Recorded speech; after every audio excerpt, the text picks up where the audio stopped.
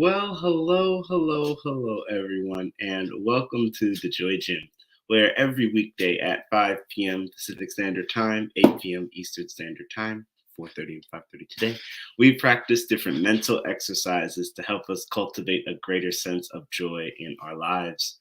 And you did hear me correctly. I did say mental exercises, but you can think of this almost exactly like physical exercises. You know what I'm talking about, the ones that we do in a more traditional gym, like sit ups, crunches, abs, bench press, running on the bike, even playing in the court, like playing basketball in the local court of your local fitness center.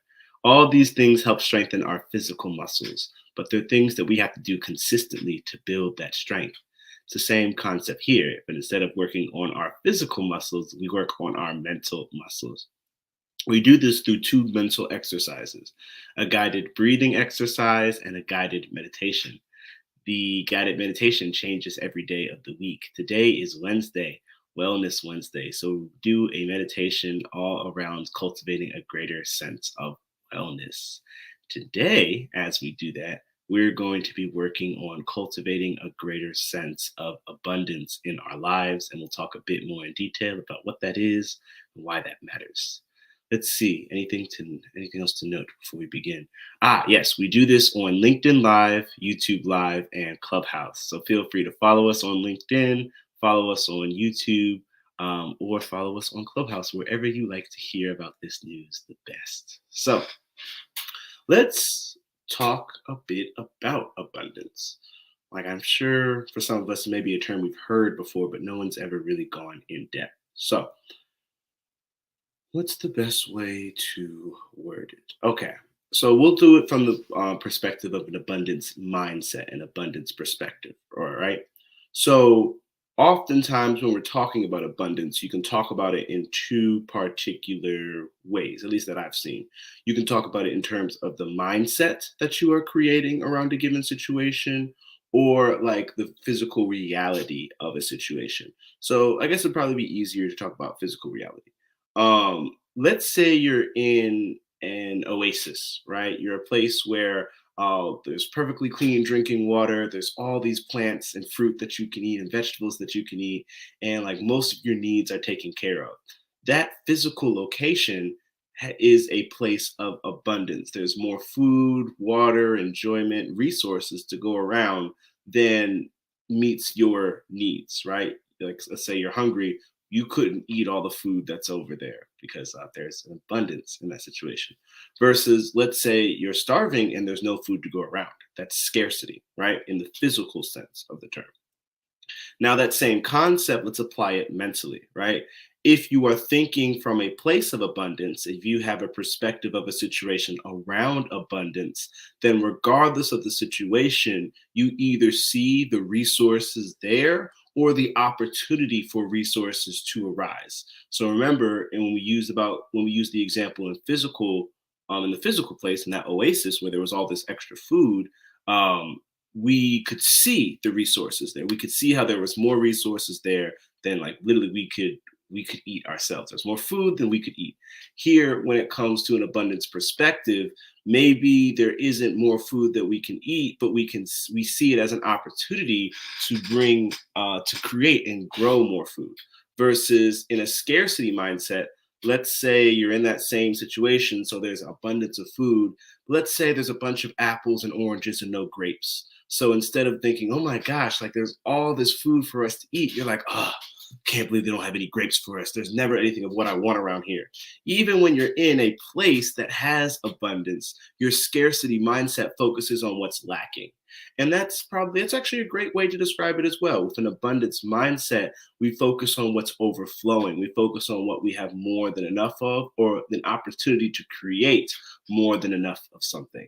With a scarcity mindset, we either focus on a lack of something, even if there is an excess of resources there, or we focus on what we're missing, what we would still like to happen. You can also think of it as, with a scarcity mindset, there's not enough to go around and there never will be. With an abundance mindset, there will always be more than enough to go around for myself and those I care about. So, We talked about it in like physical reality terms. We've talked about abundance versus scarcity in mindset terms. But why is this important? Why is this word being used more and more often? I see we have a comment on Clubhouse. And when it comes to, so the thing is, our mindset influences our reality deeply. You think about it, you can even take someone like Obama, right?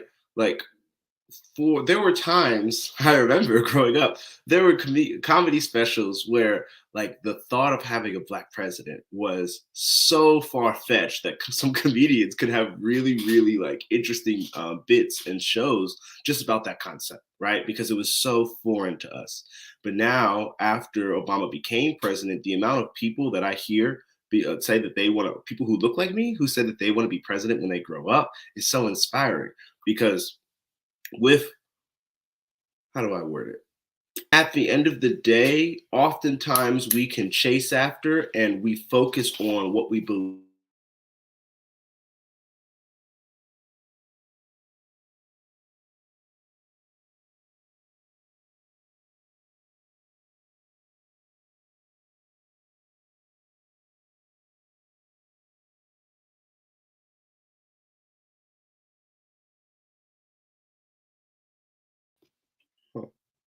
Here we go. Okay, so as we were saying, when Obama was growing up, there you could say there was a scarcity. There was a complete lack of any presidents with melanin, for lack of a better term. But Obama didn't have a scarcity mindset. He didn't think, "Oh my gosh, there will never be any. There's no point in even trying. I give up. It's hopeless." He thought in abundance. And remember, we said abundance can also be seeing opportunity. So even though there wasn't any other role models out there for a black president, he had an abundance mindset. He saw the opportunity and created that um, that title, the first black president.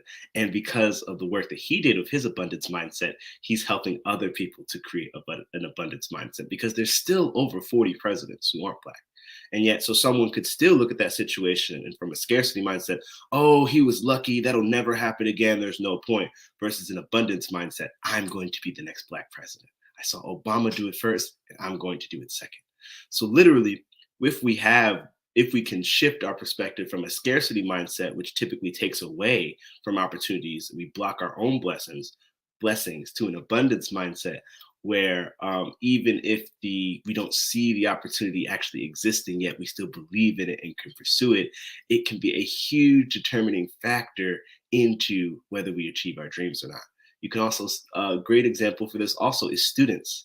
A child who believes that they're going to go to college, what I've seen will put more work in, will study longer, will take harder classes, will challenge themselves more, versus a child who doesn't believe they'll go to college won't put in that same amount of effort. So what's the point? There again, they could have the same grades, come up in the same way, but that abundance mindset is almost like a motivating factor. It gives them passion, it gives them motivation, it gives them drive, versus the scarcity mindset. It's a demotivating factor. It can help instill a sense of hopelessness and sense of lack. And sometimes we even attack. If we're coming from a scarcity mindset, we can attack people who are coming from abundance mindset because we feel like it's an attack for them to be operating in that way.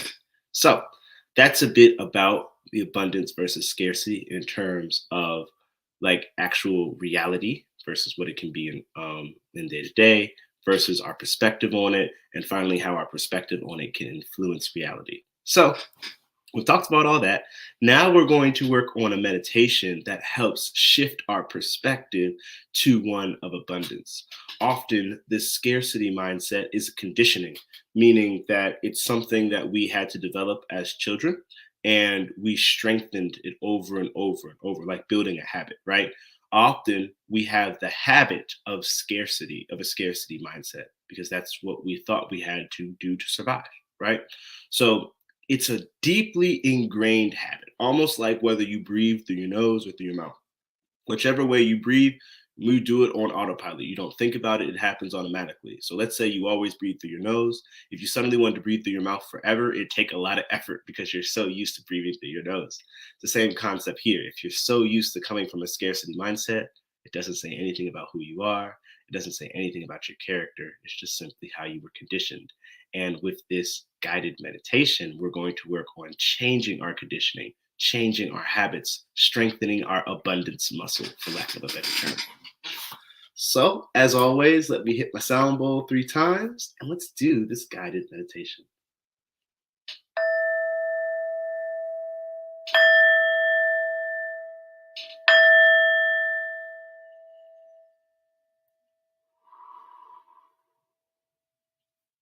Well, hello, everyone. And thank you so much for joining in today's guided meditation. Today, we're going to practice an abundance meditation. To do that, I'd like to invite you to find a comfortable position. You can close in this comfortable position. You can be seated, standing, or lying down. As long as it's a position where you don't have to strain to maintain it. This way, we can put all of the attention we can on the meditation. If you have not done so already, I'd like to invite you to close your eyes and lower your gaze if it is safe to do so, and if you feel safe doing so. We will begin with a guided breathing exercise in which I'd like to invite you to breathe through your nose for 4 seconds and out through your nose for 4 seconds. We'll do this for around 5 breaths, and I will keep count, saying when to breathe in and when to breathe out. But if you'd rather breathe at your own pace, that's perfectly okay. In fact, I honor you and respect you for paying attention to what your body needed and giving it that in this moment. For those who will breathe in time with me, I'd like to invite you to breathe the air out of your lungs and breathe in nose, out nose, in nose, out nose, in nose, out nose, in nose, out nose. And last time, in nose, out nose.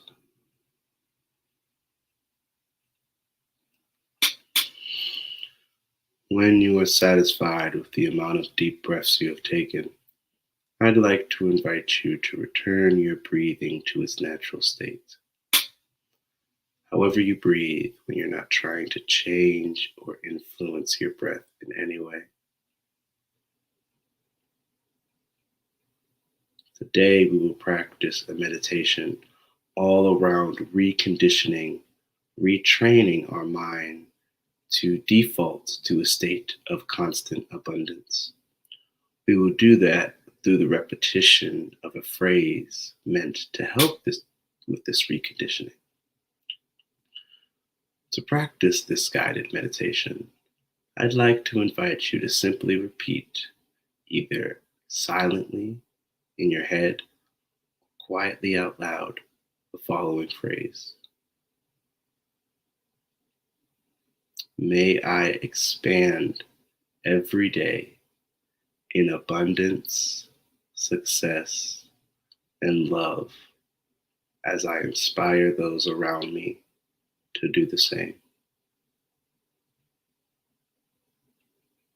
May I expand every day in abundance, success, and love as I inspire those around me to do the same.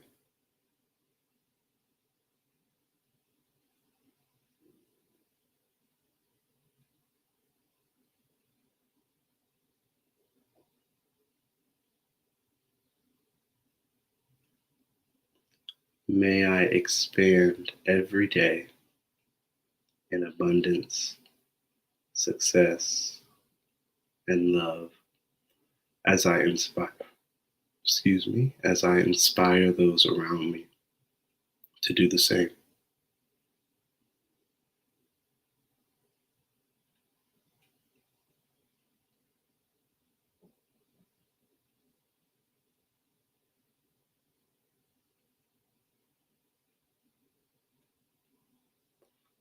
May I expand every day in abundance, success, and love as I inspire those around me to do the same.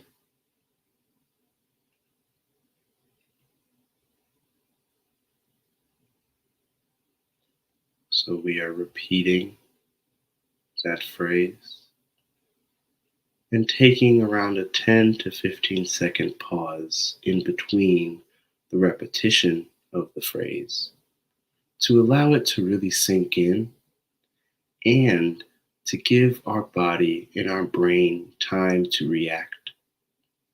This can be a very powerful phrase in terms of reconditioning our established mindset.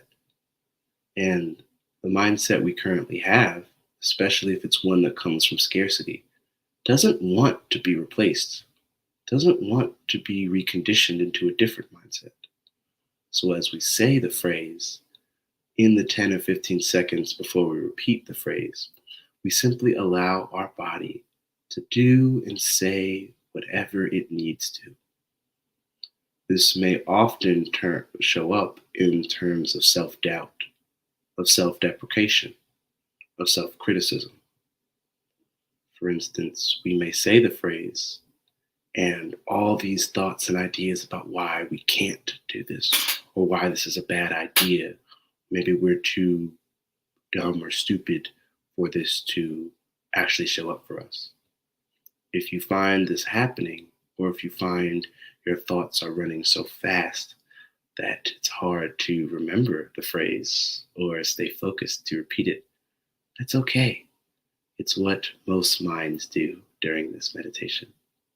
Whenever you notice your mind has wandered, I'd like to invite you to return back to the repetition of this phrase and the pause in between.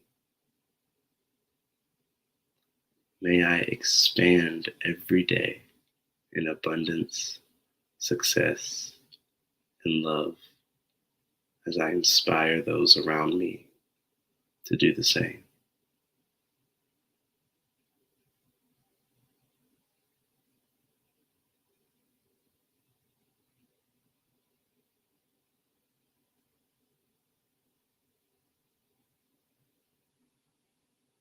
May I expand every day in abundance, success, and love as I inspire those around me to do the same.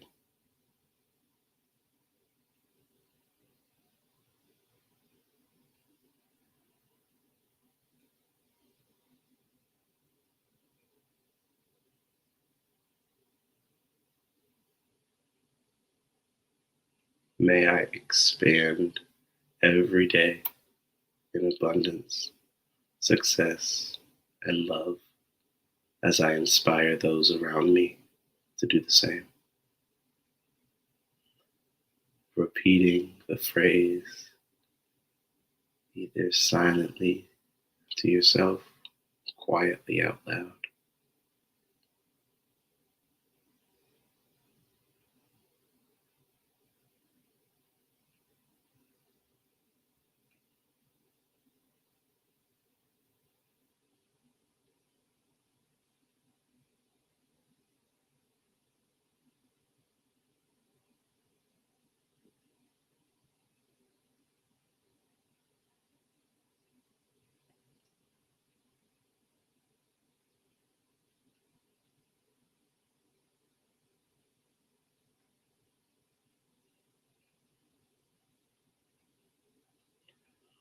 When you are ready, I'd like to invite you to let go of this practice.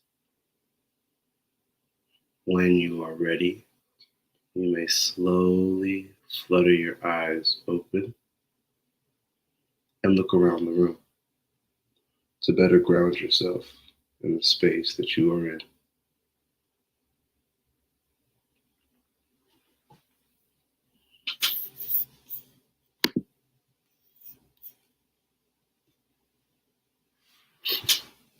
Laughter yoga, we have a comment from Olivia saying laughter yoga in the evenings. Love it. Thank you. I have not done laughter yoga in these sessions for a while, but would love to open up the floor if you or anyone would like to participate in laughter yoga exercises. Please let me know, and I'd love to add that as something we do. We have KP or Katia also saying that was very necessary. Thank you, Jamal. You are welcome, Katia. Thank you so much for coming as consistently as you do. So the only other thing to mention as we close, or as we begin to wrap up, is that I'd love for you to practice a moment of reflection. When we said the phrases, the abundance meditation of, may I expand every day in abundance, success, and love as I inspire those around me to do the same, what came up for you? Was your mind relatively quiet when we took the pause? Was there a lot of self criticism? Was there maybe anger, guilt, or shame? Another thing that this meditation can do is it gives us a great opportunity to look at our saboteurs. What I mean by that is we all have parts of us inside that can sabotage us from fully realizing our greatest potential. These saboteurs, the parts of us that sabotage ourselves, come from childhood in ways to help us survive our situation. But now that we're adults and we have the opportunity to realize our full potential, they indirectly hold us back. It can be incredibly powerful to pay attention to what our saboteurs are and how they show up, because then we can see them in action before they help us make our next big blunder or block our next blessing. We also have Olivia mentioning that the meditation was awesome and you got to reflect on all the abundant examples that occurred for her today. That is great to hear. Thank you so much for coming, Olivia. I'm also really appreciating all the engagement that you provide. It really helps energize me as a teacher. And Olivia actually mentioned something that is really beautiful that I'd love to talk on a bit. She talked about how she had a chance to reflect on all the abundant examples that occurred for her today. That is a beautiful and wonderful thing to do that I encourage all of us to practice as well. It's one of those things where, like, we talk about seeing a cup half empty or half full, right? Just like with anything else, the way that you see that cup is a habit or a muscle that you can train. If you consistently see the cup as half full, then you are training your brain, you are strengthening the habit of looking at everything half full, or the same situation with half empty. So the more we can reflect on all the abundant examples that happened, the stronger we condition our brain to look for the abundant examples in life. So I'm glad that you kind of did it on your own, Olivia, and gave us an opportunity to talk about it in more detail here. Thank you. Thank you for that. With that, I say, I don't think I hit the sound bowl to close this out. Thank you all so much for coming. Great job today, and may you find ease.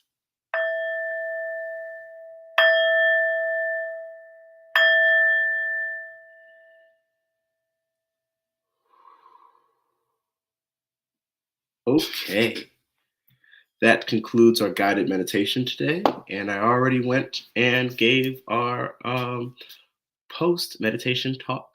The only other thing to note is a gentle reminder that we do this every weekday at 5 p.m. Pacific Standard Time, 8 p.m. Eastern Standard Time. We will, thank you so much, Olivia.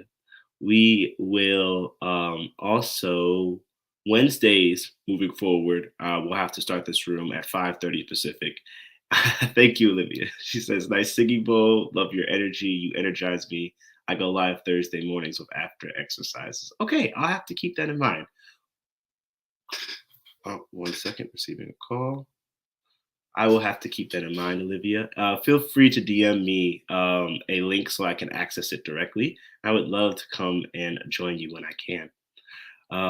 So, as I was mentioning, On Wednesdays from moving forward, we'll do this at 5:30 Pacific, 8:30 Eastern PM. But outside of that, we're going to keep on a regularly scheduled program. And again, the main thing I'm really trying to do here is tailor these guided meditations more specific to the things we learn or deal with every day. Um, it's 9 p.m. Eastern, so this is Olivia's evening wind down. I'm glad. I actually found that sometimes doing this right before I go to sleep can actually help me sleep because it helps kind of relax and center my body. I can be in like a little anxious. I could be, yeah, I just suffer with anxiety from time to time. So this is something that can help kind of bring my body back down, which makes sleep a little easier and a little more deep. Um, but yeah, so oh, I'm actually on the East Coast, Olivia. So it would be, but I used to be on the West Coast. That's why we say West Coast time and East Coast time. So if you would love to check out Olivia's laughter exercises, if you're on the East Coast, that is, oh, wait, I got the time wrong because you're saying it's 9 p.m. there, but you do in the morning. So yes, it is 9 p.m. 9:07 where I am as well because we are on the East Coast. But to close things out, as I was saying, make sure you can follow us on LinkedIn Live. You can subscribe to us on YouTube, or you follow us on Clubhouse as we do this every weekday. We'll be changing the time, moving back by around 30 minutes, maybe between 30 minutes and 45 minutes as I'm in a meeting at this time on Wednesday. And if you also have the opportunity, make sure to join Olivia's laughter yoga exercises at 10 a.m. on Thursdays. So, with all that being said, thank you all so, so much for coming. I love you all, and may you find ease. Bye.